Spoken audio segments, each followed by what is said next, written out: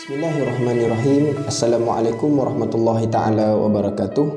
Alhamdulillahirabbil alamin, wassalatu wassalamu ala asyrafil anbiya'i wal mursalin wa ala alihi wa sahbihi ajma'in. Allahumma salli ala sayyidina Muhammad wa ala alihi wa sahbihi wa barik wa sallam.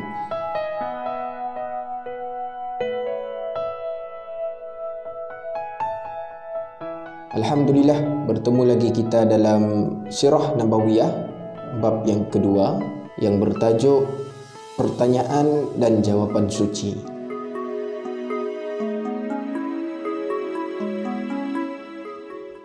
Teman-teman yang dimuliakan oleh Allah Subhanahu wa taala, alhamdulillah pada video yang telah lepas kita berkongsi berkenaan dengan pengkhabaran yang besar yang berlaku di langit, yang mana kita boleh rujuk bersama di dalam surah Al-Baqarah ayat yang ke-30 yang berbunyi wa idz qala rabbuka lil malaikati inni ja'ilun fil ardi khalifah.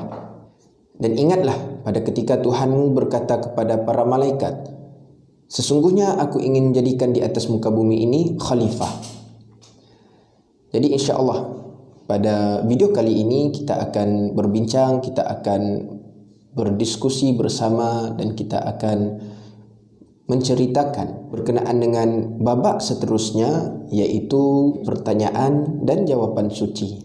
Teman-teman yang dimuliakan oleh Allah Subhanahu wa taala, setelah mendengar pengkhabaran yang besar daripada Allah Subhanahu wa taala, maka para malaikat bertanya kepada Allah Subhanahu wa taala akan perkara tersebut.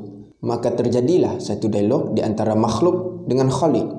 Makhluk bermaksud yang diciptakan, Khaliq bermaksud sang pencipta. Dialog ini diceritakan oleh Allah Subhanahu wa taala dalam surah yang sama, ayat yang sama, sambungan daripada ayat sebelum ini, yaitu surah Al-Baqarah ayat yang ke-30.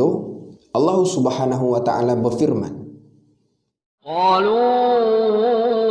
أتجعل فيها من يفسد فيها ويسفك الدماء ونحن نسبح بحمدك ونقدس لك قال إني أعلم ما لا تعلمون.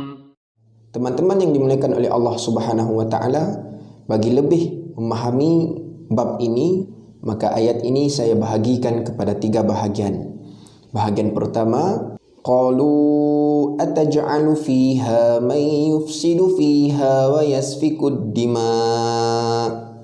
Bahagian kedua, wa nahnu nusabbihu bihamdika wa nuqaddisu lak. Dan bahagian yang ketiga, qala inni a'lamu ma la ta'lamun. Teman-teman yang dimuliakan oleh Allah Subhanahu wa taala, dalam bahagian pertama ayat ini malaikat bertanya kepada Allah, wahai Allah, apakah kamu akan menciptakan padanya, yakni bumi, sesiapa, yakni yang akan membuat kerosakan padanya dan akan menumpahkan darah?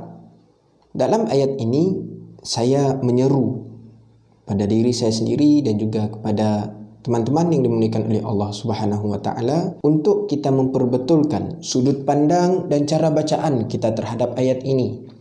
Yang pertamanya, kita sebagai seorang Islam wajib beriman dengan semua ayat Al-Quran walau bagaimanapun cara penyampaian ataupun maksud di sebalik ayat tersebut.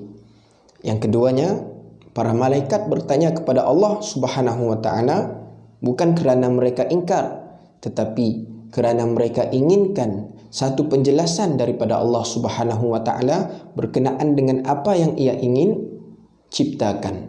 Yang ketiga, cara pembacaan bagi ayat ini haruslah tidak menggunakan lenggok pertanyaan, akan tetapi lebih baik ianya digunakan dalam nada ataupun lenggok ingin meminta penjelasan daripada Allah Subhanahu wa taala. Bagaimanakah cara bacaan yang menggunakan lenggok pertanyaan? Seperti ini.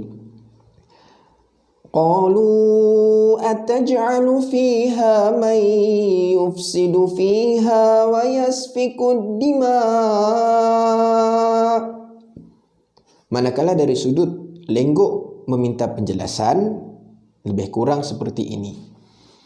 Qalu ataj'alu fiha man yufsidu fiha wa yasfikud dima'.